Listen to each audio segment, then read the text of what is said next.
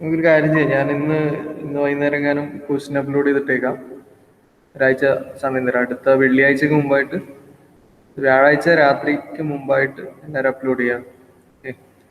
നമുക്കിനി മൊഡ്യൂൾ 5 നമുക്ക് സ്റ്റാർട്ട് ചെയ്തിരുന്നു. Module 5 radiographic testing. എന്താണ് റേഡിയോഗ്രാഫിക് ടെസ്റ്റിംഗ് എന്നും പിന്നെ എങ്ങനെയാണ് അത് നടത്തുന്നതെന്നും എന്താണ് മറ്റ് മെത്തേഡുകളായിട്ട് റേഡിയോഗ്രാഫിക് മെത്തേഡിനുള്ള അഡ്വാൻറ്റേജ് എന്താണെന്നൊക്കെ നമ്മൾ പറഞ്ഞു കഴിഞ്ഞു. റേഡിയോഗ്രാഫിക് ടെസ്റ്റിംഗ് എന്ന് പറയുന്നത് ആക്ച്വലി പിന്നെ റെക്കോർഡിംഗ് ടെക്നിക്കാണ് അല്ലേ, ഒരു ഫോട്ടോഗ്രാഫിക് ടെക്നിക്കാണ്. നമ്മളെ മെറ്റീരിയലിന്റെ ഫോട്ടോഗ്രാഫിക് ഇമേജ് നമ്മൾ എക്സ്റേ റേഡിയോഗ്രാഫിക് ഇമേജ് നമ്മൾ എടുത്തിട്ട് അത് വെച്ചിട്ടാണ് ഇന്റേണൽ ഡിഫക്റ്റും കാര്യങ്ങളൊക്കെ ഐഡന്റിഫൈ ചെയ്യുന്നത്. സോ റേഡിയോഗ്രാഫിക് ടെസ്റ്റിങ്ങിന്റെ ഇൻട്രൊഡക്ഷൻ പാർട്ട് നമ്മൾ പറഞ്ഞിരുന്നു. അപ്പം റേഡിയോഗ്രാഫിക് ടെസ്റ്റിംഗ് ആക്ച്വലി വെറും എക്സ്റേ റേഡിയോഗ്രാഫി മാത്രമാണോ ഉള്ളത്?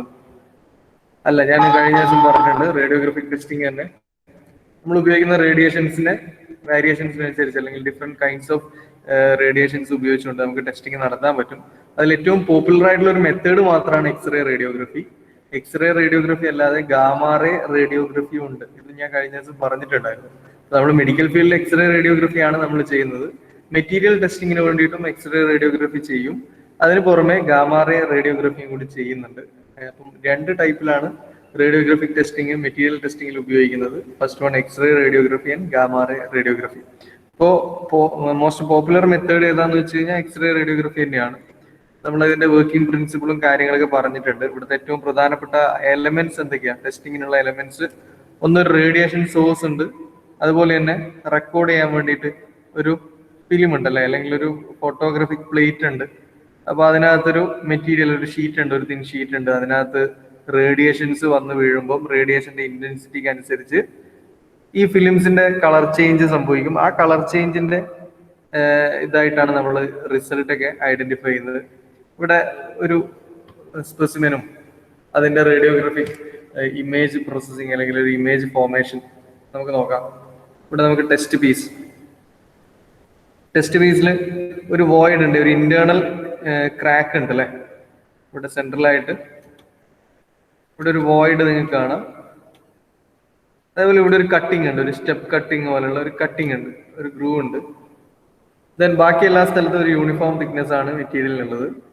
ഇവിടെ മേലെയുള്ള റേഡിയേഷൻ സോഴ്സ് ഉണ്ട്. ഇവിടെ നിന്ന് എല്ലാ ഭാഗത്തേക്കും റേഡിയേഷൻസ് ഇങ്ങനെ സപ്ലൈ ചെയ്യുന്നുണ്ട് അല്ലെ, മെറ്റീരിയലിലേക്ക് റേഡിയേഷൻ വരുന്നുണ്ട്. ദെൻ നമ്മുടെ ടെസ്റ്റ് പീസിന്റെ അടിയിൽ എന്തുണ്ട്? ഒരു ഫോട്ടോഗ്രാഫിക് പ്ലേറ്റ് വെച്ചിട്ടുണ്ട് അല്ലെ, നമ്മൾ ഇത് റെക്കോർഡ് ചെയ്യാൻ. ആ ഫോട്ടോഗ്രാഫിക് പ്ലേറ്റിന്റെ ടോപ്പ് വ്യൂ ആണ് ഇവിടെ കാണിച്ചിട്ടുള്ളത്. അപ്പൊ നമുക്കറിയാം മെറ്റീരിയലിൽ കോൺസ്റ്റന്റ് തിക്നെസ് ഉള്ള സ്ഥലത്തൂടെയൊക്കെ വേവ് കയറി ഇറങ്ങി നമ്മുടെ നമ്മുടെ ഫോട്ടോഗ്രാഫിക് പ്ലേറ്റിൽ എത്തുമ്പോൾ ഇവിടെയൊക്കെ സെയിം ഇന്റൻസിറ്റിയിലാണ് ഇവിടെയൊക്കെ എത്തുക.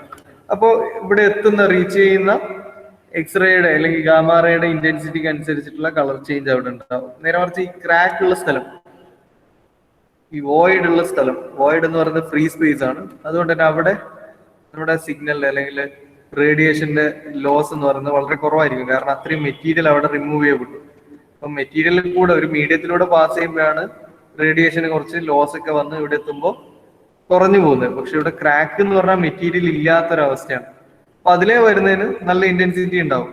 അപ്പോൾ ആ ഇന്റൻസിറ്റിക്ക് കറസ്പോണ്ടിങ് കളർ ചേഞ്ച് ആണ് അതിന്റെ കറസ്പോണ്ടിങ് ഏരിയയിൽ ഉണ്ടാവുക. അതേപോലെ ഇവിടെ ഒരു കട്ടിങ് ഉണ്ട്, ഒരു ഗ്രൂവ് ഉണ്ട്, ഒരു ചെറിയൊരു ഗ്രൂവ് ഉണ്ട്. അപ്പൊ ഇവിടെ മെറ്റീരിയൽ തിക്നെസ് എന്ന് പറയുന്നത് ബാക്കിയുള്ള സ്ഥലത്തെ കമ്പയർ ചെയ്യുമ്പോൾ ഇത്രയേ ഉള്ളൂ അല്ലെ, ചെറിയ തിക്നെസ്സേ ഉള്ളൂ.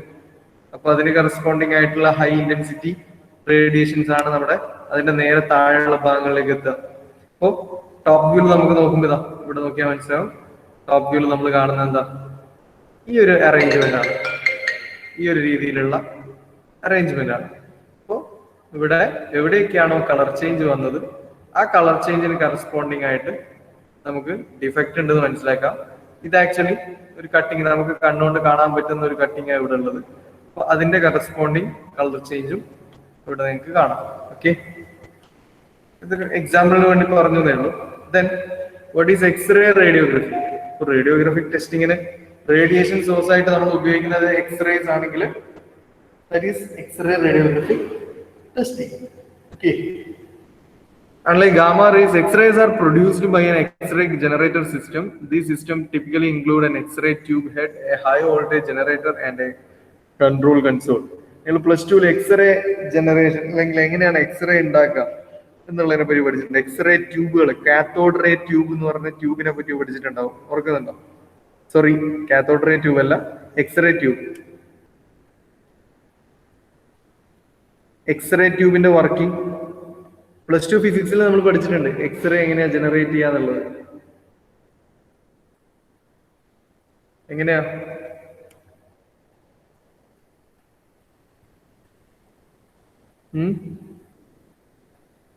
ഇതാണ് ഒരു ടിപ്പിക്കൽ എക്സ്റേ ട്യൂബിന്റെ പ്രാക്ടിക്കൽ ഫിഗർ. ഈ ഒരു ട്യൂബിന്റെ ഉള്ളിൽ നിന്നാണ് എക്സ്റേ ജനറേറ്റ് ചെയ്ത് നമ്മുടെ ടെസ്റ്റ് പീസിലേക്കൊക്കെ അയക്കുന്നത്. ഇതാണ് റേഡിയേഷൻ സോഴ്സ്, എക്സ്റേ സോഴ്സ്. ഇതിന്റെ ഉള്ളിൽ എന്താ സംഭവിക്കുന്നത്? നിങ്ങളിപ്പോ ഇവിടെ കണ്ട ഈ ഗ്രീൻ കളർ ട്യൂബ് ഇല്ലേ, ഈ ട്യൂബിന്റെ ഉള്ളിൽ എന്തൊക്കെയാ ഉള്ളതെന്നാണ് ഞാൻ അടുത്ത പറയുന്നത്. ആ ട്യൂബാണ് ഞാൻ ഇവിടെ ഒരു റെക്ടാംഗിൾ പോലെ വരച്ചിട്ടുള്ളത്. നിങ്ങൾ അവിടെ കണ്ട ആ ഗ്രീൻ കളർ ട്യൂബാണിത്. ഓക്കെ, ഇനി ഇതിന്റെ ഉള്ളിലായിട്ട് എന്തൊക്കെയാ ഉള്ളതെന്ന് വെച്ചാൽ ഒരു എൻഡില് ഫിലമെന്റുകൾ കാണാം നിങ്ങൾക്ക് ഇവിടെ, അല്ലെ? ഫിലമെന്റ് ഉണ്ട്. ദെൻ അതർ എൻഡില് ഒരു ടാർഗറ്റ് എലമെന്റ് ഉണ്ട്, ആനോഡ് ടാർഗറ്റ് മെറ്റീരിയൽ ഉണ്ട്. എങ്ങനെയാണ് ഇവിടെ എക്സ്റേ ജനറേറ്റ് ചെയ്യാന്നുള്ളത്? ഇവിടെ നമ്മുടെ ഫസ്റ്റ് സൈഡിലുള്ള അല്ലെങ്കിൽ ലെഫ്റ്റ് സൈഡിലുള്ള ഫിലമെന്റിനകത്ത് ഞാൻ high and voltage energy supply കൊടുക്കുമ്പോൾ ഇതിനകത്തുനിന്ന് എന്ത് ചെയ്യും? ഇലക്ട്രോൺസ് മൂവ് ചെയ്യും. ഹൈ കൈനറ്റിക് എനർജിയിൽ ഇലക്ട്രോൺസ് ഇങ്ങോട്ടേക്ക് മൂവ് ചെയ്യും. ഓക്കെ, നല്ല എനർജിയിൽ അല്ലെങ്കിൽ നല്ല കൈനറ്റിക് എനർജിയിൽ ഇലക്ട്രോൺസ് മൂവ് ചെയ്യും. അപ്പോൾ ഓപ്പോസിറ്റ് സൈഡിൽ ആനോഡായിട്ട് ഒരു ടാർഗറ്റ് മെറ്റീരിയൽ നമ്മൾ വെച്ചിട്ടുണ്ട്. ഈ ടാർഗറ്റ് മെറ്റീരിയലിൽ പോയിട്ട് ഹൈ കൈനറ്റിക് എനർജി ഇലക്ട്രോൺസ് വന്നിട്ട് ഹിറ്റ് ചെയ്യും. ആ ഹിറ്റ് ചെയ്യുന്ന മൊമെന്റിലാണ് ഇവിടുന്ന് എക്സ്റേസ്, ഈ ഒരു ഹിറ്റ് ചെയ്യുന്ന പോയിന്റ് നിന്ന് എക്സ്റേസ് ജനറേറ്റ് ചെയ്ത് വരുന്നത്. അതായത് ഫാസ്റ്റ് മൂവിങ് ഇലക്ട്രോൺസിനെ നമ്മൾ സം ബാരിയേഴ്സ് വെച്ച് അല്ലെങ്കിൽ ഒരു ടാർഗറ്റ് മെറ്റീരിയൽ വെച്ചിട്ട് അതിന്റെ മോഷനെ അല്ലെങ്കിൽ അതിന്റെ ആ ഫാസ്റ്റ് മൂവിങ് ആക്ഷനെ നമ്മൾ ബ്ലോക്ക് ചെയ്യുമ്പോൾ ആ മൊമെന്റിലാണ് എക്സ്റേസ് ജനറേറ്റ് ചെയ്യുന്നത്. അപ്പൊ ഇതാണ് എക്സ്റേ ട്യൂബ്. അതായത് നിങ്ങൾക്ക് ഇവിടെ മറ്റൊരു പ്രാക്ടിക്കൽ എക്സ്റേ ട്യൂബ് നിങ്ങൾക്ക് ഇവിടെ കാണാം. ഇവിടെ ട്യൂബ് ലൈക്ക് സ്ട്രക്ചർ ഉണ്ട്. ഇതിന്റെ ഉള്ളിൽ കാത്തോഡ് എന്ന് പറഞ്ഞൊരു എലമെന്റ് ഉണ്ട്, ഒരു ആനോഡ് മെറ്റീരിയൽ ഉണ്ട്. ഈ കാത്തോഡ് മെറ്റീരിയലാണ് നമ്മളിപ്പോൾ അവിടെ കണ്ട ഫിലമെന്റ് എന്ന് പറയുന്നത്, അല്ലെങ്കിൽ ആ ഒരു കോയിൽ ലൈക്ക് സ്ട്രക്ചർ. നമ്മളിവിടെ ഹൈ വോൾട്ടേജ് കൊടുക്കുമ്പോൾ ഈ കാത്തോഡിൽ നിന്ന് എന്ത് ചെയ്യും? Electrons, high kinetic energy electrons towards anode move ചെയ്യും, അല്ലെ? അപ്പോൾ ഹൈ കൈനറ്റിക് എനർജിയിൽ മൂവ് ചെയ്യുന്ന ഇലക്ട്രോൺസ് ആനോഡിൽ വന്ന് ഹിറ്റ് ചെയ്യും. അപ്പൊ ആനോഡ് ഇവിടെ ആക്ച്വലി ഒരു ബാരിയർ ആയിട്ട് അവരുടെ മോഷനെ സ്റ്റോപ്പ് ചെയ്യാൻ വേണ്ടി വെച്ചേക്കുന്ന ഒരു ബാരിയർ എലമെന്റ് ആണ്. ഈ ആനോഡിൽ വന്ന് high kinetic energy electrons hit ചെയ്യുന്ന സമയത്ത് ഈ ഹിറ്റിംഗ് പോയിന്റിൽ വെച്ചിട്ട് എക്സ്റേസ് ജനറേറ്റ് ചെയ്ത് ട്യൂബിലൂടെ പുറത്തേക്ക് വരും. സിമ്പിൾ ആണ് എങ്ങനെയാണ് എക്സ്റേ ജനറേറ്റ് ചെയ്യാന്നുള്ളത്. സോ ഹൈ വോൾട്ടേജ് നമ്മുടെ ഇലക്ട്രോഡിൽ കൊടുക്കുമ്പോൾ, കാത്തോഡിൽ ഹൈ വോൾട്ടേജ് കൊടുക്കുന്ന സമയത്ത് എന്ത് ചെയ്യും? ഫാസ്റ്റ് മൂവിങ് ഇലക്ട്രോൺസ് ജനറേറ്റ് ചെയ്യും, അല്ലെ? കാത്തോഡിൽ നിന്നും ഫാസ്റ്റ് മൂവിങ് ഇലക്ട്രോൺസ് ജനറേറ്റ് ചെയ്യും. ആ ഫാസ്റ്റ് മൂവിങ് ഇലക്ട്രോൺസ് എവിടെ പോയിട്ട് ഹിറ്റ് ചെയ്യും? ഒരു ടാർഗറ്റ് ആനോഡ് മെറ്റീരിയൽ നമ്മൾ കീപ്പ് ചെയ്തിട്ടുണ്ട് ഓപ്പോസിറ്റ് സൈഡിൽ. അവിടെ പോയിട്ട് ഫാസ്റ്റ് മൂവിങ് ഇലക്ട്രോൺസ് അല്ലെങ്കിൽ high kinetic energy possessing electrons നമ്മുടെ ആനോഡിൽ വന്ന് ഹിറ്റ് ചെയ്യും. ടാർഗറ്റ് മെറ്റീരിയൽ ഹിറ്റ് ചെയ്യുന്നു. ഹിറ്റ് ചെയ്യുന്ന മൊമെന്റിൽ അവിടെ ഒരു എനർജി ട്രാൻസ്ഫർ ആണ് ആക്ച്വലി നടക്കുന്നത്. കൈനറ്റിക് എനർജിയെ മറ്റൊരു എനർജി ഫോമിലേക്ക് മാറ്റുകയാണ്. അപ്പോൾ അവിടുന്ന് ആ ഒരു ഫാസ്റ്റ് മൂവിങ് ഇലക്ട്രോൺസിനെ ബ്ലോക്ക് ചെയ്യുന്ന സമയത്ത് എക്സ്റേസ് ജനറേറ്റ് ചെയ്യുന്നു. So x-rays are produced by establishing a very high voltage between two electrodes called anode and cathode. To prevent arcing, the anode and cathode is locate inside a vacuum tube. അപ്പോൾ നമ്മൾ ഇങ്ങനെ ഒരു ട്യൂബിന്റെ ആവശ്യം എന്താണെന്നുള്ളത്, actually നമുക്ക് കാത്തോഡും ആനോഡും മാത്രം മതിയോ ഈ എക്സ്റേ ഉണ്ടാക്കാൻ എന്ന് വെച്ച് കഴിഞ്ഞാൽ, ഇവിടെ നമ്മൾ പറഞ്ഞിട്ട് ഹൈ എനർജി സപ്ലൈ കൊടുക്കുന്നതുകൊണ്ട് തന്നെ ഫാസ്റ്റ് മൂവിങ് ഇലക്ട്രോൺ ആണ്. ഫാസ്റ്റ് മൂവിങ് ഇലക്ട്രോൺ ഇതേപോലെ ഒരു ആനോഡ് മെറ്റീരിയൽ പോയിട്ട് ഹിറ്റ് ചെയ്യുമ്പോൾ അവിടെ ആർക്കിംഗ്, അതായത് ഒരു സ്പാർക്ക്, ഇലക്ട്രിക് സ്പാർക്ക് പോലുള്ള ഒരു ആർക്കിംഗ് പ്രോസസ്സ് നടക്കാനുള്ള സാധ്യത ഉണ്ട്. അപ്പൊ അതിനെ ഒഴിവാക്കാൻ വേണ്ടിയിട്ടാണ് നമ്മൾ ഈ അസംബ്ലിയെ ഒരു വാക്യൂം ട്യൂബിനകത്ത് സെറ്റ് ചെയ്തേക്കുന്നത്. ഓക്കെ, അപ്പോൾ നമുക്ക് ഇതാണ് നിങ്ങൾ എക്സാമിന് ചോദിച്ചാൽ വരയ്ക്കേണ്ടുന്ന ഫിഗർ. ഒന്നും വേണ്ട, സിമ്പിൾ ആയിട്ട് ഒരു ബോക്സ് വരയ്ക്കുക, ട്യൂബ് എന്ന് പറയാം ഇതിന്, പിന്നെ എക്സ്റേ ട്യൂബ് എന്ന് പേര് വിളിക്കുക. ഒരു ഭാഗത്ത് കാത്തോഡ് ഫിലമെന്റ്സ് കാണിക്കുക. ഓക്കെ, ദെൻ മറ്റേ സൈഡിൽ ഒരു ടാർഗറ്റ് മെറ്റീരിയൽ കാണിക്കുക. ഇതിനെ നമ്മൾ കാത്തോഡ് എന്ന് പേരിടും, ഇതിനെ നമ്മൾ ടാർഗറ്റ് ആനോഡ് എന്ന് പേരിടും. ദെൻ ഇവിടെ നമ്മൾ ഹൈ എനർജി സപ്ലൈ, അതായത് രണ്ട് ഇലക്ട്രോഡിന്റെ ഇടയിലും ഹൈ എനർജി വോൾട്ടേജ് സപ്ലൈ നമ്മൾ പ്രൊവൈഡ് ചെയ്യുമ്പോൾ കാത്തോഡിൽ നിന്നും ഇലക്ട്രോൺസ് എന്ത് ചെയ്യും, ലിബറേറ്റ് ചെയ്യും അല്ലെങ്കിൽ റിലീസ് ചെയ്യും. എന്നിട്ട് ഹൈ കൈനറ്റിക് എനർജിയിൽ ഇയാൾ മൂവ് ചെയ്യും ടുവേർഡ്സ് ആനോഡ്. ആനോഡിൽ എന്ത് ചെയ്യും, ഇതൊരു ടാർഗറ്റ് മെറ്റീരിയൽ ആണ്, ഈ ആനോഡിൽ പോയിട്ട് ഹിറ്റ് ചെയ്യും, ഇലക്ട്രോൺസ് ഹിറ്റ് ചെയ്യും.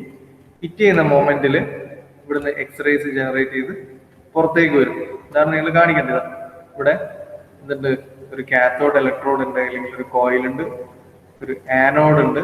ഇത് രണ്ടും കൂടി, ഇതിന്റെ രണ്ടിനെയും കൂടി ടെർമിനൽസ് എടുത്തിട്ട് ഒരു ഹൈ വോൾട്ടേജ് സപ്ലൈയിൽ കാണിച്ചിട്ടുണ്ട്. ഇതിന്റെ സപ്പോർട്ടിങ് ഫോക്കസിങ് കോയിൽസിന്റെ ആവശ്യം. ഫോക്കസിങ് കോയിൽ എന്ന് വെച്ചാൽ എന്താ, നമ്മൾ ഇവിടുന്ന് ഇപ്പോ ഇലക്ട്രോൺസ് ലിബറേറ്റ് ചെയ്ത് പുറത്തേക്ക് പോകുന്നു പറഞ്ഞു അല്ലെ. ഇലക്ട്രോൺസ് ഇങ്ങോട്ടൊക്കെ പോവാം അല്ലെ, ഇലക്ട്രോൺസ് ഇവിടുന്ന് സൈഡിലേക്കൊക്കെ പോവാം. അതിനെയൊക്കെ ഒഴിവാക്കിയിട്ട് സൈഡിലേക്കൊക്കെ പോകുന്നയാളെ ഫോക്കസ് ചെയ്ത് ഈ സ്ട്രെയിറ്റ് ലൈനിൽ നമ്മുടെ ആനോഡിന്റെ ഭാഗത്തേക്ക് ഫോക്കസ് ചെയ്യാൻ വേണ്ടിയിട്ടാണ് ഈ രണ്ട് ഫോക്കസിങ് കോയിൽസ് ഇതിനകത്ത് പ്ലേസ് ചെയ്തിട്ടുള്ളത്. അതായത് പല ഭാഗത്തേക്കും പോവാൻ സാധ്യതയുള്ള ഇലക്ട്രോൺസിനെയൊക്കെ ഫോക്കസ് ചെയ്ത് ടുവേർഡ്സ് ആനോഡ് ആക്കാൻ വേണ്ടിയിട്ടാണ് എന്ത് വെച്ചിട്ടുള്ളത്, രണ്ട് ഫോക്കസിങ് കോയിൽസ് നമ്മുടെ മെയിൻ കാത്തോഡ് കോയിലിന്റെ അപ്പുറത്തും ഇപ്പുറത്തുമായിട്ട് വെച്ചിട്ടുള്ളത്. ഇവിടെ വർക്കിംഗ് ഇത്രയേ ഉള്ളൂ. High voltage between two electrons, അതായത് കാത്തോഡിന്റെയും ആനോഡിന്റെയും. This is cathode, this is anode. In ബിറ്റ്വീനിൽ നമ്മൾ ഹൈ വോൾട്ടേജ് സപ്ലൈ കൊടുക്കുമ്പോൾ കാത്തോഡിൽ നിന്നും high kinetic energy electrons liberate ചെയ്യും അല്ലെങ്കിൽ ജനറേറ്റ് ചെയ്യും. അപ്പൊ ഈ പല ഭാഗത്തേക്കും പോകാൻ സാധ്യതയുള്ള ഇലക്ട്രോൺസിനെ ഫോക്കസ് ചെയ്യാൻ, എങ്ങോട്ടേക്ക്, ആനോഡിലേക്ക് ഫോക്കസ് ചെയ്യാൻ വേണ്ടിയിട്ട് രണ്ട് ഫോക്കസിങ് കോയിൽസും കൂടി നമ്മൾ രണ്ടു ഭാഗത്തും വെക്കും. ദെൻ ഫാസ്റ്റ് മൂവിങ് ഇലക്ട്രോൺസ് നമ്മുടെ ആനോഡ് മെറ്റീരിയലിൽ പോയി ഹിറ്റ് ചെയ്യും, അവിടെ വെച്ച് എക്സ്റേസ് ജനറേറ്റ് ചെയ്യുകയും ചെയ്യും. ആ എക്സ്റേസിനെ നമ്മൾ എന്ത് ചെയ്യും, നമ്മുടെ മെറ്റീരിയൽ ടെസ്റ്റിങ്ങിന് വേണ്ടി, ഇതാണ് എന്റെ മെറ്റീരിയൽ എങ്കിൽ മെറ്റീരിയൽ ടെസ്റ്റിങ്ങിന് വേണ്ടിയിട്ട് ഉപയോഗിക്കും. ദിസ് ഈസ് എക്സ്റേ ട്യൂബ് അല്ലെങ്കിൽ എക്സ്റേ പ്രൊഡക്ഷൻ. എങ്ങനെയാണ് എക്സ്റേ ഉണ്ടാക്കുക, എക്സ്റേസ് എങ്ങനെയാണ് ജനറേറ്റ് ചെയ്യുക എന്നുള്ളത് ചോദിച്ചു കഴിഞ്ഞാൽ നിങ്ങൾ എഴുതേണ്ടുന്ന, എക്സാമിന് എഴുതേണ്ടുന്ന ടോപ്പിക്കാണിത്, എക്സ്റേ ട്യൂബ്. ഓക്കെ, ഒരു സ്കിമാറ്റിക് വ്യൂ അല്ലെങ്കിൽ അതിന്റെ ഒരു ഡയഗ്രമാറ്റിക് വ്യൂ ആണ് നമ്മൾ ഇവിടെ പറഞ്ഞിട്ടുള്ളത് വിത്ത് എക്സ്പ്ലനേഷൻ. ഇതൊക്കെ ഒരു പ്രാക്ടിക്കൽ എക്സ്റേ ട്യൂബ് ആണ്. ദെൻ എന്താണ് കാത്തോഡ്, ഇപ്പൊ പറഞ്ഞു തന്നെ. The cathode contain A small filament much the same as in light bulb. നമ്മുടെ ബൾബിനകത്തൊക്കെ പോലുള്ള ചെറിയൊരു, ഇവിടെ വേറൊരു എക്സ്റേ ട്യൂബ് കാണാം. ഇവിടെ ഒരു ഫിലമെന്റ് ഉണ്ടല്ലേ, ഒരു ഗോൾഡൻ കളറിൽ ഫിലമെന്റ് കാണാം. അപ്പൊ ഇവിടുന്ന് ഹൈ വോൾട്ടേജ് കൊടുക്കുമ്പോൾ ഇലക്ട്രോൺസ് പോകുന്നത് നിങ്ങൾക്ക് കാണാം. കുറച്ച് ഡോട്ട് ഡോട്ട് ആയിട്ട് കാണിച്ചിരിക്കുന്ന ഇലക്ട്രോൺസ് ആണ്. ഓപ്പോസിറ്റ് സൈഡിൽ ഒരു ആനോഡ് മെറ്റീരിയൽ ഉണ്ട്, ആനോഡ്. ഈ ആനോഡിൽ തട്ടിയിട്ട് എക്സ്റേസ് ഇതേപോലെ പുറത്തേക്ക് വരുന്നത് യെല്ലോ കളറിൽ നിങ്ങൾക്ക് കാണാം. So current is passed through the filament which heats it. The heat causes the electron to be stripped off. The high voltage causes the free electrons to be pulled toward a target material, that is anode. The electrons impact against the target. This impact causes an energy exchange which causes X-ray to be created. So high kinetic energy എന്ന് പറയുന്ന fast moving ഇലക്ട്രോണിന്റെ kinetic എനർജിയെ convert ചെയ്യപ്പെടുകയാണ് അവിടെ സംഭവിക്കുന്നത്. അല്ലെങ്കിൽ ആ ഒരു energy exchange അല്ലെങ്കിൽ ട്രാൻസ്ഫർ ആണ് സംഭവിക്കുന്നത്. ഇനി എന്താണ് ആ എനർജി ട്രാൻസ്ഫർ എന്നുള്ളത് നമുക്ക് നോക്കാം. Normally, X-rays are produced when fast-moving electrons are suddenly brought to rest by colliding with matter. തന്നെയാണ് ഇപ്പോൾ അവിടെ സംഭവിച്ചത്. ഫാസ്റ്റ് മൂവിംഗ് ഇലക്ട്രോൺസ് ഒരു ടാർഗറ്റ് മെറ്റീരിയൽ വെച്ചിട്ട് സ്റ്റോപ്പ് ചെയ്യും. സോ ആ മൊമെന്റിലാണ് എക്സ്റേ ജനറേറ്റ് ചെയ്യുന്നത്. ഇപ്പൊ ഇനി അങ്ങനെ ഒരു ഫാസ്റ്റ് മൂവിംഗ് ഇലക്ട്രോൺ ഒരു ടാർഗറ്റിൽ ഹിറ്റ് ചെയ്യുന്ന സമയത്ത് എന്തൊക്കെയാണ് സംഭവിക്കാനുള്ളത്? During collision the accelerated electrons lose their kinetic energy, അല്ലെ? ഇതിന്റെ കൈനറ്റിക് എനർജി ലൂസ് ചെയ്യും, മീൻസ് നഷ്ടപ്പെടും. അത് നല്ല സ്പീഡിൽ മൂവ് ചെയ്ത ഒരാൾക്ക് ഉണ്ടാകുന്ന എനർജി എന്ന് പറയുന്നത് ദാറ്റ് ഈസ് കൈനറ്റിക് എനർജി, അല്ലെ? ഇയാളെ പെട്ടെന്ന് സ്റ്റോപ്പ് ചെയ്യാൻ ഒരു ആനോഡ് മെറ്റീരിയൽ വെച്ചിട്ട് സ്റ്റോപ്പ് ചെയ്യുമ്പോൾ ഇയാളുടെ കൈനറ്റിക് എനർജി നഷ്ടപ്പെടുകയാണ്. എന്നിട്ട് ഈ കൈനറ്റിക് എനർജി വേറൊരു എനർജി ഫോമായിട്ട് കൺവേർട്ട് ചെയ്യപ്പെടുകയാണ്. അതെന്തൊക്കെയാണ് ആ കൺവേർഷൻ? ഈ ഫാസ്റ്റ് മൂവിംഗ് ഇലക്ട്രോണിന്റെ കൈനറ്റിക് എനർജിയെ എന്തൊക്കെയായിട്ടാണ് കൺവേർട്ട് ചെയ്യപ്പെടാനുള്ളത്? 3 കാര്യങ്ങളായിട്ടാണ് കൺവേർട്ട് ചെയ്യുക. അതിൽ ഒരു 1% മാത്രമേ എക്സ്റേ റേഡിയേഷൻസ് ആയിട്ട് കൺവേർട്ട് ചെയ്യുന്നുള്ളൂ.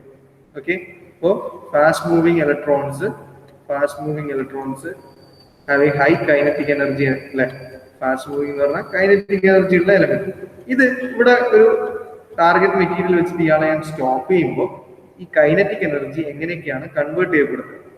ഇവിടെ വന്ന് ഹിറ്റ് ചെയ്ത കൈനറ്റിക് എനർജിയുടെ 1% മാത്രമേ എക്സ്റേ ആയിട്ട് പോകുള്ളൂ. 1%, സ്മോൾ ഫ്രാക്ഷൻ ആണ്.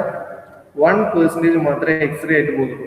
അപ്പൊ ബാക്കിയുള്ള 99% കൺവേർട്ട് ചെയ്യപ്പെടുന്നത് എങ്ങനെയാണെന്ന് വെച്ചാൽ കൺവേർട്ടഡ് ടു ഹീറ്റ്. അപ്പൊ എന്തുണ്ടാവും? ഈ ടാർഗറ്റ് മെറ്റീരിയലിൽ നല്ല ചൂടുണ്ടാവും. അപ്പൊ വന്ന കൈനറ്റിക് എനർജിയുടെ 99% എന്ത് ചെയ്യാണ്? ഹീറ്റ് ആയിട്ട് കൺവേർട്ട് ചെയ്യപ്പെടാണ്. വെറും 1% മാത്രമേ നമുക്ക് വേണ്ടുന്ന എക്സ്റേ ആയിട്ട് മാറുന്നുള്ളൂ. അപ്പൊ നമ്മുടെ എക്സ്റേന്റെ റിക്വയർമെന്റിന് അനുസരിച്ച് നമ്മൾ കൊടുക്കേണ്ടുന്ന കൈനറ്റിക് എനർജി അല്ലെങ്കിൽ ആ ഇലക്ട്രോൺസിന്റെ ഫാസ്റ്റ് മൂവിങ് ഇലക്ട്രോൺസിന്റെ കൈനറ്റിക് എനർജി എന്ന് പറയുന്നത് വെരി ഹൈ ആണ്. അത് ഒരു 100 കൗണ്ടിലുള്ള കൈനറ്റിക് എനർജിയാണ് നമ്മുടെ ഇലക്ട്രോൺ ഉള്ളതെങ്കിൽ അതിൽ വെറും 1% മാത്രമേ എക്സ്റേ ആയിട്ട് വരുള്ളൂ. ബാക്കി 99% എന്തായിട്ട് മാറുകയാണ്? ഹീറ്റ് ആയിട്ട് മാറുകയാണ്. നമ്മുടെ ടാർഗറ്റ് മെറ്റീരിയലിനെ ചൂടാക്കി അല്ലെ. ദെൻ കുറച്ച് ഇലക്ട്രോൺസ് എന്ത് ചെയ്യുന്ന വെച്ചാൽ അവിടെ അയോണൈസ് ചെയ്യപ്പെടും. Some of the electrons have sufficient energy to eject orbital electrons from atoms of target material which are ionized. അതായത് ഈ ഫാസ്റ്റ് മൂവിങ് ഇലക്ട്രോൺ ഞാനിങ്ങനെ ഹൈ കൈനറ്റിക് എനർജിയിൽ വരുന്ന ഫാസ്റ്റ് മൂവിങ് ഇലക്ട്രോണിനെ ഒരു ടാർഗറ്റ് മെറ്റീരിയൽ വെച്ചിട്ട് ബ്ലോക്ക് ചെയ്യുമ്പോൾ കുറച്ച് ഇലക്ട്രോൺ, ഈ വന്നതിലുള്ള കുറച്ച് ഇലക്ട്രോൺ എന്ത് ചെയ്യുന്ന വെച്ചാൽ ഈ മെറ്റീരിയലിൽ നിന്നും ഓർബിറ്റൽ ഇലക്ട്രോൺ, അതായത് മെറ്റീരിയലിൽ ഒരു അയോണൈസേഷൻ എന്ന് പറഞ്ഞാൽ അറിയാലോ, അയോണൈസേഷൻ പ്രോസസ് നടത്തുന്നത്. ഇത് ഇത്തിരി ആലോചിച്ചാൽ മതി. നമുക്കിവിടെ എക്സ്റേ മാത്രമേ വേണ്ടൂ. എക്സ്റേ നമുക്ക് എത്രമാത്രം കിട്ടും എന്നുള്ളതിനെ പറ്റി ഒരു ഐഡിയ വേണം. ഇപ്പം വരുന്ന കൈനറ്റിക് എനർജിയുടെ, ഇലക്ട്രോണിന്റെ കൈനറ്റിക് എനർജിയുടെ 1% മാത്രമേ എക്സ്റേ ഉള്ളൂ. ബാക്കി 99% ഹീറ്റ് ആണ്.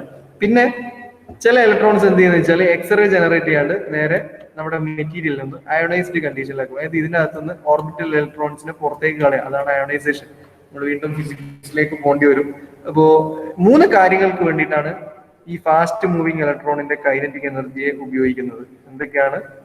ഇവിടെ നിന്ന് വരുന്ന ഫാസ്റ്റ് മൂവിങ് അല്ലെങ്കിൽ ഹൈ കൈനറ്റിക് എനർജി ഇലക്ട്രോൺസിന്റെ കൈനറ്റിക് എനർജിയെ 3 കാര്യങ്ങളായിട്ടാണ് കൺവേർട്ട് ചെയ്യപ്പെടുന്നത്.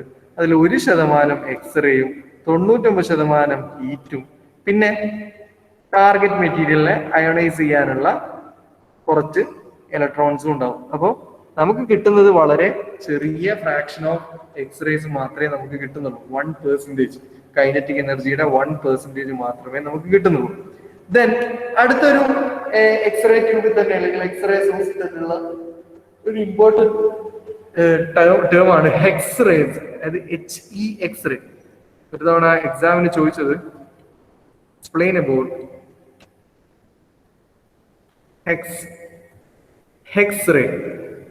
അപ്പോ സ്പെല്ലിങ് തെറ്റിയതൊന്നുമല്ല, അല്ലെങ്കിൽ മാറിപ്പോയതുമല്ല. ഈ ഹെക്സ് എന്ന് വെച്ചാൽ H means high, E means energy, X means x-ray. High energy x-ray, അതാണ് ഹെക്സ്റേ. ഓക്കെ, എക്സ്റേ എന്ന് വെച്ചാല് നമ്മളിപ്പോ പറഞ്ഞ വെറും എക്സ്, അതായത് നമ്മുടെ alphabet X. But HECS that is HEX ആണെങ്കിൽ ഹൈ എനർജി എക്സ്റേസ്. ഓക്കെ, അപ്പൊ ഹൈ എനർജി എക്സ്റേ നമ്മളിപ്പോ പറഞ്ഞു ഇലക്ട്രോണിന്റെ വെറും കൈനറ്റിക് എനർജിയുടെ വെറും 1% മാത്രമേ നമുക്ക് എക്സ്റേ ആയിട്ട് കിട്ടുന്നുള്ളൂ. ഇപ്പൊ നമുക്ക് കിട്ടുന്ന എനർജി എന്ന് പറയുന്നത് വളരെ കുറവാണ്. അപ്പൊ ആ ഒരു വളരെ ചെറിയ എനർജി റേഞ്ചിലുള്ള എക്സ്റേസ് ഉപയോഗിച്ചുകൊണ്ട് നമ്മൾ മെറ്റീരിയൽ ടെസ്റ്റിങ്, തിക്കായിട്ടുള്ള അല്ലെങ്കിൽ നല്ല തിക്നെസ് ഉള്ള മെറ്റീരിയലൊക്കെ ടെസ്റ്റ് ചെയ്യാൻ വേണ്ടി പോയി കഴിഞ്ഞാൽ ചിലപ്പോൾ നമുക്ക് റിസൾട്ട് പ്രോപ്പർ ആയിട്ട് കിട്ടണമെന്നൊന്നുമില്ല. അപ്പൊ നമുക്ക് ഹൈ എനർജി ഉള്ള എക്സ്റേസ് ജനറേറ്റ് ചെയ്യണം. അതെങ്ങനെ സംഭവിക്കുന്നുണ്ട്? X-rays are very hard X-rays whose energy value is 1 MeV എന്ന് വെച്ചാൽ എന്താ? MeV mega electron volt. 1 mega electron volt റേഞ്ചിലുള്ള എക്സ്റേസ് ഒക്കെ ജനറേറ്റ് ചെയ്യാൻ വേണ്ടിയിട്ടാണ് എക്സ്റേ സോഴ്സ്, അതായത് ഹൈ എനർജി എക്സ്റേ സോഴ്സ് നമ്മൾ യൂസ് ചെയ്യുന്നത്. So these are very hard x-rays whose energy value is 1 mega electron volt. അപ്പോൾ എക്സ്റേയുടെ ഹൈ എനർജി എക്സ്റേയുടെ ആ ഒരു എനർജി വാല്യൂ അല്ലെങ്കിൽ എനർജി റേഞ്ച് ആണ് നമ്മളിപ്പോൾ പറഞ്ഞത് ഇത്രയും 1 മെഗാ ഇലക്ട്രോൺ വോൾട്ടിലൊക്കെയുള്ള എക്സ്റേസിനെയാണ് നമ്മൾ ഹൈ എനർജി എക്സ്റേസ് എന്ന് പറയാം. These high energy x-rays generally used when examining thicker section. ഞാൻ പറഞ്ഞു നല്ല തിക്നെസ് ഉള്ള ഹെവി തിക്നെസ് ഉള്ള മെറ്റീരിയൽ ഒക്കെ ടെസ്റ്റ് ചെയ്യണമെങ്കിൽ അവിടെ നമുക്ക് ഹൈ എനർജി എക്സ്റേസ് ആവശ്യമാണ്. ഈ 1 മെഗാ ഇലക്ട്രോൺ വോൾട്ട് റേഞ്ചിലൊക്കെയുള്ള എക്സ്റേ സോഴ്സ് നമുക്ക് ആവശ്യമാണ്. അപ്പൊ വലിയ തിക്നെസ് ആകുമ്പോൾ നമുക്കറിയാം മെറ്റീരിയലിന്റെ തിക്നെസ്സിലൂടെ അല്ലെ, നമ്മൾ നേരത്തെ കണ്ടൊക്കെ ചെറിയ തിക്നെസ് ഉള്ള ടെസ്റ്റ് പീസുകളാണ്. നമ്മള് ഇവിടെയൊക്കെ വർക്കിംഗ് എക്സ്പ്ലെയിൻ ചെയ്യാനൊക്കെ ഇവിടെ നമ്മൾ ഉപയോഗിച്ചൊക്കെ ചെറിയ തിക്നെസ് റേഞ്ചിലുള്ള മെറ്റീരിയൽ ആണ്. നേരെ മറിച്ച് എനിക്ക് വലിയൊരു ബ്ലോക്കാ തരുന്നത്, നല്ല തിക്നെസ് ഉള്ള ബ്ലോക്കാ തരുന്നത്. ഇതിനകത്തൂടെ ഞാൻ എക്സ്റേ സോഴ്സിനെ കടത്തി വിട്ട് കഴിഞ്ഞാൽ, അല്ലെങ്കിൽ എക്സ്റേസിനെ കടത്തി വിട്ടാൽ മെറ്റീരിയലിലൂടെ കയറി ഇറങ്ങിയിട്ട് വേണം അടിയിൽ വെച്ച ഫോട്ടോഗ്രാഫിക് പ്ലേറ്റിനകത്തേക്ക് എത്താൻ. അപ്പൊ ഇത്രയും ദൂരം സഞ്ചരിക്കുമ്പോൾ നമുക്ക് എക്സ്റേസിന്റെ ലോസും കാര്യങ്ങളൊക്കെ ഉണ്ട്. അപ്പൊ തിക്കർ സെക്ഷൻ ആണെങ്കിൽ ഹൈ എനർജി എക്സ്റേ സോഴ്സ് തന്നെ നമ്മൾ എന്ത് വേണം, ടെസ്റ്റിങ്ങിന് വേണ്ടിയിട്ട് ഉപയോഗിക്കണം. It can be produced by number of machine. Okay, x-ray എങ്ങനെയൊക്കെയാണ് ഉണ്ടാക്കാൻ പറ്റുക എന്നുള്ളത് കുറച്ച് ഡിവൈസുകൾ ഉപയോഗിച്ചുകൊണ്ടാണ്. ഒന്ന് സിങ്ക്രോട്രോൺ, മറ്റൊന്ന് betatron, then electron linear acceleration, then Van de Graaff generators. ഈ പേരുകൾ ഓർത്ത് വെക്കണേ. ഇതിന്റെ ഒന്നും വർക്കിംഗ് ഒന്നും പഠിക്കാനൊന്നുമില്ല. പക്ഷെ എക്സ്റേ എങ്ങനെയൊക്കെ ഉണ്ടാക്കാന്ന് ചോദിച്ചു കഴിഞ്ഞാൽ ഉണ്ടാക്കാൻ പറ്റുന്ന മെഷീൻസിന്റെ അല്ലെങ്കിൽ ആ ഒരു മെഷീനറീസിന്റെ പേര് അത്യാവശ്യമായിട്ട് ഓർത്ത് വെക്കണം. സിങ്ക്രോട്രോൺ, ബീറ്റാട്രോൺ, ഇതൊക്കെ നിങ്ങൾ മുമ്പ് കേട്ടിട്ടുണ്ടാവും ചിലപ്പോൾ. Electron linear acceleration, van de graph generator. Van de graph generator നിങ്ങൾ പഠിച്ചാണോ? പ്ലസ് ടു തന്നെയാണ്. കേട്ടിട്ടുണ്ടോ van de graph generator? Okay, നമുക്ക് ഈ മൊഡ്യൂളിനകത്ത് ഈ എക്സ്റേ ജനറേറ്റിംഗ് മെഷീൻസിനെ പറ്റിയുള്ള തിയറീസ് ആയിട്ടൊന്നും നമുക്ക് പഠിക്കാനില്ല. Just what is x-ray? X-ray എന്ന് വെച്ച് കഴിഞ്ഞാൽ x-ray is having energy value in mega electron volt range അല്ലെ.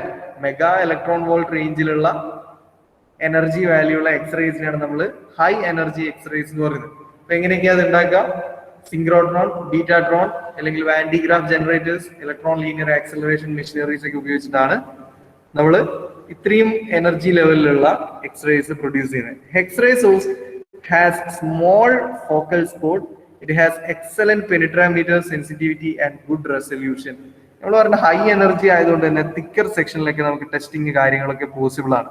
അതുകൊണ്ട് തന്നെ ആ എക്സ്റേ ഉപയോഗിച്ച്, ഹൈ എനർജി എക്സ്റേ ഉപയോഗിച്ചിട്ടാണ് നമ്മൾ ടെസ്റ്റിംഗ് നടത്തുന്നതെങ്കിൽ നല്ല പെനിട്രാമീറ്റർ അല്ലെങ്കിൽ പെനിട്രേഷൻ ക്യാപ്പബിലിറ്റി, തുളച്ച് കയറാനുള്ള കഴിവ്, നല്ല ഹൈ എനർജി എക്സ്റേ ആകുമ്പോൾ എത്ര തിക്നെസ്സിലൂടെയും നല്ലപോലെ പെനിട്രേറ്റ് ചെയ്ത് നമുക്ക് ടെസ്റ്റിംഗ് റിസൾട്ട് തരും. അതുകൊണ്ട് തന്നെ എക്സലന്റ് സെൻസിറ്റിവിറ്റിയും ആ കിട്ടുന്ന റിസൾട്ടിന് ഗുഡ് റെസൊല്യൂഷനും ആയിരിക്കും.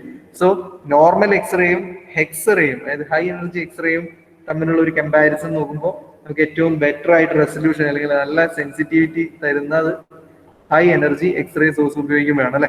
ദെൻ ഞാൻ നേരത്തെ പറഞ്ഞിട്ടുണ്ട്, റേഡിയോഗ്രാഫിക് ടെസ്റ്റിംഗ് നമ്മൾ വെറും എക്സ്റേ മാത്രം ഉപയോഗിച്ചിട്ടല്ല ചെയ്യുക. സംടൈംസ് ഗാമ റേ നമ്മൾ ടെസ്റ്റിങ്ങിന് വേണ്ടിയിട്ട് യൂസ് ചെയ്യും. സോ ഗാമ റേ എങ്ങനെയാണ് പ്രൊഡ്യൂസ് ചെയ്യുക, അല്ലെങ്കിൽ ഗാമ റേയുടെ സോഴ്സ് ആയിട്ട് എന്തൊക്കെയാണ് നമുക്ക് അറിയുന്നത്, അതാണ് ഇനി പറയുന്നത്. What is gamma radiography? Gamma rays are produced by radio isotope. നമുക്ക് ഐസോടോപ്പില് ഫ്യൂഷനും ഫിഷനൊക്കെ നമ്മൾ പഠിച്ചിട്ടുണ്ട് അല്ലെ. നമ്മൾ അവിടെയൊക്കെ ഈ ഗാമ റേസിന്റെ ജനറേഷനെ പറ്റിയും പ്ലസ് ടു ഫിസിക്സ് പഠിച്ചിട്ടുണ്ടായിരുന്നു. സോ റേഡിയോ ഐസോടോപ്പുകൾ വെച്ചിട്ടാണ് നമുക്ക് ഗാമ റേസ് നമ്മൾ ജനറേറ്റ് ചെയ്യുന്നത്. ഈ എക്സ്റേസ് പോലെ ട്യൂബ് വെച്ചിട്ടോ അല്ലെങ്കിൽ മെഷീനറീസ് വെച്ചിട്ടോ ഒന്നും അല്ല, ഐസോടോപ്സിനെ ഉപയോഗിച്ചുകൊണ്ടാണ് റേഡിയോഗ്രാഫിക് ടെസ്റ്റിങ്ങിന് ആവശ്യമായ ഗാമ റേസിനെ നമ്മൾ ജനറേറ്റ് ചെയ്യുന്നത് അല്ലെ. So A radio isotope has an unstable nuclei that doesn't have enough binding energy to hold the nucleus together. The spontaneous breakdown of an atomic nucleus resulting in the release of energy and matter is known as radioactive decaying. So most of the radioactive material used in industrial radiography is artificially produced. This is done by subjecting stable material to a source of neutrons in a special nuclear reactor. This is called as activation. നമ്മുടെ പിന്നെ nuclear ഫിഷനും ഫ്യൂഷനും അതേപോലെ decaying, അതായത് isotope decaying ഒക്കെ പഠിച്ചിട്ടുണ്ട്. നമുക്കറിയാം radio ഐസോടോപ്സിന്റെ nucleus ഒരു unstable കണ്ടീഷനിലാണ്. അതിനകത്തുള്ള പ്രോട്ടോൺസും ന്യൂട്രോൺസും ഒക്കെ എപ്പോഴും ഇങ്ങനെ ബൈൻഡ് ചെയ്തിട്ടാണെങ്കിലും ഏത് നിമിഷവും ഒന്ന് അതിന്റെ ഒരു സ്റ്റെബിലിറ്റി നഷ്ടപ്പെടുന്ന ഒരു കണ്ടീഷനിലാണ്. അതാണ് അൺസ്റ്റേബിൾ ന്യൂക്ലിയസ് എന്ന് പറയുന്നത്. അപ്പൊ അങ്ങനെ സ്റ്റെബിലിറ്റി നഷ്ടപ്പെട്ട് അതിന്റെ ബൈൻഡിങ് എനർജി ഒക്കെ പോകുമ്പോൾ അതിനകത്തുനിന്ന് പ്രൊഡ്യൂസ് ചെയ്യപ്പെടുന്ന കുറച്ച് റേഡിയേഷൻ എഫക്റ്റുകളുടെ ഭാഗമായിട്ടാണ് ഗാമ റേസ് പ്രൊഡ്യൂസ് ചെയ്യുന്നത് അല്ലെ. അപ്പൊ അതിനെയാണ് നമ്മൾ റേഡിയോ ആക്റ്റീവ് ഡീക്കേയിങ് എന്നൊക്കെ പറഞ്ഞിട്ടുണ്ടായിരുന്നത്. അപ്പൊ അതിന്റെയൊക്കെ ഒരു റിസൾട്ട് ആയിട്ട് ബൈ പ്രൊഡക്റ്റ് ആയിട്ടാണ് ഗാമ റേസ് ജനറേറ്റ് ചെയ്യുന്നത്. സോ ഗാമ റേസ് എങ്ങനെയാണ് ഉണ്ടാക്കാന്ന് വെച്ച് കഴിഞ്ഞാൽ നമ്മൾ റേഡിയോ ഐസോടോപ്പുകളുടെ ഫിഷൻ ഓർ ഫ്യൂഷൻ അല്ലെങ്കിൽ ഡീക്കേയിങ് ഒക്കെ വരുമ്പോഴാണ് ഗാമ റേസ് പൊതുവെ ഉണ്ടാകുന്നത്. സോ റേഡിയോ ഐസോടോപ്പ് തന്നെ നമുക്കറിയാം ആർട്ടിഫിഷ്യലി നമുക്ക് ഉണ്ടാക്കാൻ പറ്റുന്ന അല്ലെങ്കിൽ ആർട്ടിഫിഷ്യലി ക്രിയേറ്റഡ് റേഡിയോ ഐസോടോപ്സ് ഒരുപാടുണ്ട്. അപ്പൊ ഈ റേഡിയോ ഐസോടോപ്പുകളുടെ ഡീക്കേയിങ് നടത്താൻ ആവശ്യമായ അല്ലെങ്കിൽ ഡീക്കേയിങ് നടക്കുമ്പോൾ ഉണ്ടാകുന്ന ഗാമ റേസ് ആണ് നമ്മൾ ടെസ്റ്റിങ്ങിന് വേണ്ടി ഉപയോഗിക്കുന്നത്. അപ്പൊ ഈ ഡീക്കേയിങ് നമ്മളൊരു കൺട്രോൾഡ് മാനറിൽ ചെയ്യാൻ വേണ്ടിയിട്ട് പൊതുവെ ഒരു റിയാക്ടറിനകത്താണ് എടുക്കുക അല്ലെ. ആണ് റേഡിയോ ആക്റ്റീവ് റിയാക്ടർ ടെക്നിക് എന്ന് പറയുന്നത്. സോ ന്യൂക്ലിയർ റിയാക്ടറിനകത്ത് നമ്മൾ ആർട്ടിഫിഷ്യലി അല്ലെങ്കിൽ നമ്മുടെ കയ്യിലുള്ള റേഡിയോ ഐസോടോപ്പുകളെ ഡീക്കേയിങ് ഓർ ഫിഷൻ ഓർ ഫ്യൂഷന് വിധേയമാക്കുമ്പോൾ അവിടെ നമുക്ക് ബൈ പ്രൊഡക്റ്റ് ആയിട്ട് വരുന്നതാണ് gamma ray. So gamma ray can be produced in different ways, namely fission, fusion, alpha decay and gamma decay. Then gamma ray energy levels remain constant for the sum of the isotope. Gamma ray source emit one or few discrete wavelength. അത് ഈ ഒരു method gamma ray method എന്ന് പറയുന്നത് most of the കേസും അങ്ങനെ use ചെയ്യുന്നില്ല. കാരണം നമുക്കറിയാം അത്രയും ഹസാർഡസ് ആണ് ഗാമ റേ റേഡിയോഗ്രഫി ടെക്നിക് എന്ന് പറയുന്നത്. എക്സ്റേ റേഡിയോഗ്രഫി ആയിട്ട് കമ്പയർ ചെയ്യുമ്പോൾ ഈ ഗാമ റേ റേഡിയോഗ്രഫി എന്ന് പറയുന്നത് ഒട്ടും സേഫ് അല്ല. നമുക്ക് തന്നെ അറിയാം ന്യൂക്ലിയർ റിയാക്ടർ ഒക്കെ ഉപയോഗിച്ചിട്ടാണ് നമ്മൾ അവിടെ ഗാമ റേ റേഡിയോഗ്രഫി ചെയ്യുന്നത്. കാരണം ഗാമ റേസ് നമുക്ക് ജനറേറ്റ് ചെയ്യാൻ നമ്മുടെ കയ്യിലുള്ള മെത്തേഡ് എന്ന് പറയുന്നത് ഐസോടോപ്പുകളുടെ ഡീക്കേയിങ്ങും ഐസോടോപ്പുകളുടെ ഫിഷൻ ഫ്യൂഷൻ പ്രോസസ്സുകളൊക്കെയാണ്. അപ്പൊ ഇതൊന്നും നമുക്ക് ഒരു സ്റ്റേബിൾ ആയിട്ട് ചെയ്യാൻ പറ്റുന്ന കാര്യങ്ങളല്ല. അപ്പൊ അതിന്റെ സ്റ്റെബിലിറ്റി ഒക്കെ റിയാക്ടറിന്റെ പെർഫോമൻസിനനുസരിച്ചാണ് ഡിപ്പെൻഡ് ചെയ്ത് നിൽക്കുന്നത്.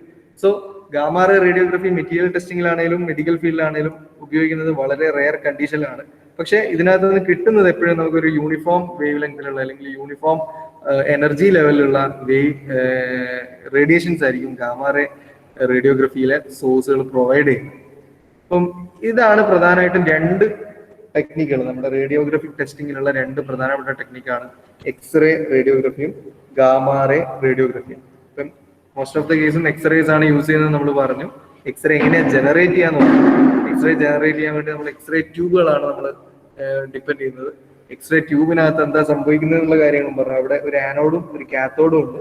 കാത്തോഡിനും ആനോഡിനും ഇടയിൽ ഹൈ വോൾട്ടേജ് സപ്ലൈ നമ്മൾ പ്രൊവൈഡ് ചെയ്യുമ്പോൾ കാത്തോഡിനകത്ത് നിന്നും ഫാസ്റ്റ് മൂവിങ് ഇലക്ട്രോൺസ് ആനോഡിൽ പോയി ഹിറ്റ് ചെയ്യും അല്ലെ. ആനോഡിൽ പോയി ഹിറ്റ് ചെയ്യുന്ന സമയത്ത് ഇതിന്റെ കൈനറ്റിക് എനർജി എന്തായിട്ട് മാറും? എക്സ്റേ ആയിട്ടും അതുപോലെ തന്നെ ഹീറ്റ് ആയിട്ടും കൺവേർട്ട് ചെയ്യപ്പെടും. നമുക്ക് ഒരു എക്സ്റേ ട്യൂബ് വെച്ചിട്ട് നമുക്ക് കിട്ടുന്ന എക്സ്റേ എന്ന് പറയുന്നത് കൈനറ്റിക് എനർജിയുടെ ഫാസ്റ്റ് മൂവിങ് ഇലക്ട്രോൺസിന്റെ കൈനറ്റിക് എനർജിയുടെ 1% മാത്രമാണ് എക്സ്റേ ആയിട്ട് കൺവേർട്ട് ചെയ്യുന്നത്. ബാക്കി 99% ഹീറ്റ് ആയിട്ടാണ് കൺവേർട്ട് ചെയ്യപ്പെടുന്നത്. ദെൻ അടുത്ത റേഡിയോഗ്രഫിക് ടെക്നിക്കാണ് gamma ray radiography.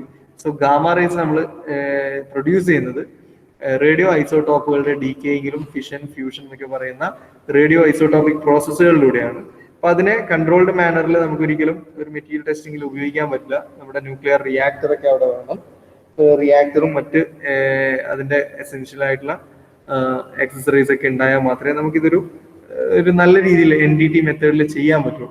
So gamma raise പൊതുവെ യൂസ് ചെയ്യാറില്ല. ദെൻ ഇതിനെ രണ്ടിനെയും ഡിപ്പെൻഡ് ചെയ്യുന്ന ഒരു പ്രധാനപ്പെട്ട ലോ ആണ് Newton's inverse square law.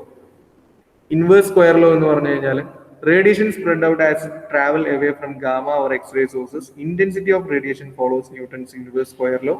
Intensity inversely proportional to square of the distance from the source. അത് നമ്മുടെ ടെക്സ്റ്റ് പീസ് നമ്മൾ നേരത്തെ സ്റ്റാർട്ടിങ്ങിലേക്ക് പോവാം. ഇവിടെ ഇപ്പൊ റേഡിയേഷൻ സോഴ്സ് ഉണ്ട്. ഞാൻ എറേസ് ചെയ്യാം. ഇവിടെ നമുക്ക് റേഡിയേഷൻ സോഴ്സ് ഉണ്ട്, അതുപോലെ മെറ്റീരിയൽ ഉണ്ട്. മെറ്റീരിയൽ ഓപ്പോസിറ്റ് സൈഡിലായിട്ട് നമ്മുടെ റേഡിയോഗ്രാഫിക് പ്ലേറ്റ് വെച്ചിട്ടുണ്ട്. അപ്പൊ ഇവിടുന്ന് റേഡിയേഷൻ സോഴ്സിൽ നമുക്കറിയാം, റേഡിയേഷൻ സോഴ്സിൽ നമ്മൾ സ്റ്റാർട്ട് ചെയ്ത് കഴിഞ്ഞാൽ ഇതിൻ്റെ അകത്തുനിന്ന് റേഡിയേഷൻ ഇങ്ങനെ പോയിക്കൊണ്ടേയിരിക്കും അല്ലെ. മെറ്റീരിയൽ ഉണ്ടായാലും ഇല്ലെങ്കിലും ഇവരുടെ പാത്തിൽ ഇങ്ങനെ കണ്ടിന്യൂ ചെയ്തുകൊണ്ടേയിരിക്കും. അപ്പം ഈ റേഡിയേഷൻ സോഴ്സിൽ നിന്ന് ജനറേറ്റ് ചെയ്യുമ്പോൾ ഉണ്ടായിരുന്ന അതേ എനർജി ലെവൽ ആയിരിക്കുമോ ഇത്രയും ലെങ്ത്തിൽ ഇയാൾ ട്രാവൽ ചെയ്ത സമയത്ത് ഉണ്ടാകുന്ന എനർജി? അത് നമ്മൾ സോഴ്സ് വെച്ചിട്ട് പ്രൊഡ്യൂസ് ചെയ്യുന്ന എക്സ്റേയുടെ എനർജിക്ക് ഡിസ്റ്റൻസ്, നല്ലൊരു ഡിസ്റ്റൻസ് ട്രാവൽ ചെയ്യുമ്പോൾ എന്തെങ്കിലും ലോസ് ഉണ്ടാകുമോ എന്നുള്ളത്, ഉണ്ടാവാൻ സാധ്യത ഉണ്ടോ? ഉണ്ടല്ലേ. എന്തായാലും അങ്ങനെ ഒരു എനർജി ലോസ് ഉണ്ടാവും. അപ്പൊ ആ എനർജി ലോസ് എങ്ങനെയാണ് എന്ന് ഡിഫൈൻ ചെയ്തത് ന്യൂട്ടൺ ആണ്. ന്യൂട്ടൺ ആണ് ആ ഒരു ലോ പ്രകാരം പറഞ്ഞത്. ആ ലോ ആണ് ഇവിടെ intensity inversely proportional to square of the distance from the source. അതായത് ഇവിടെ ഞാനൊരു എക്സ്റേ സോഴ്സ് വെക്കുകയാണ്. ഇതാണ് എന്റെ എക്സ്റേ സോഴ്സ്. ഇവിടുന്ന് വരുന്ന എക്സ്റേ ഇത്രയും ദൂരം സഞ്ചരിച്ചു. ഈ ഡിസ്റ്റൻസ് എന്ന് പറയുന്നത് ഈ സോഴ്സിൽ നിന്നും ഇപ്പോഴുള്ള ഞാൻ എടുത്ത് ഈ ഡിസ്റ്റൻസ് എന്ന് പറയുന്നത് ഡി ആണെങ്കിൽ,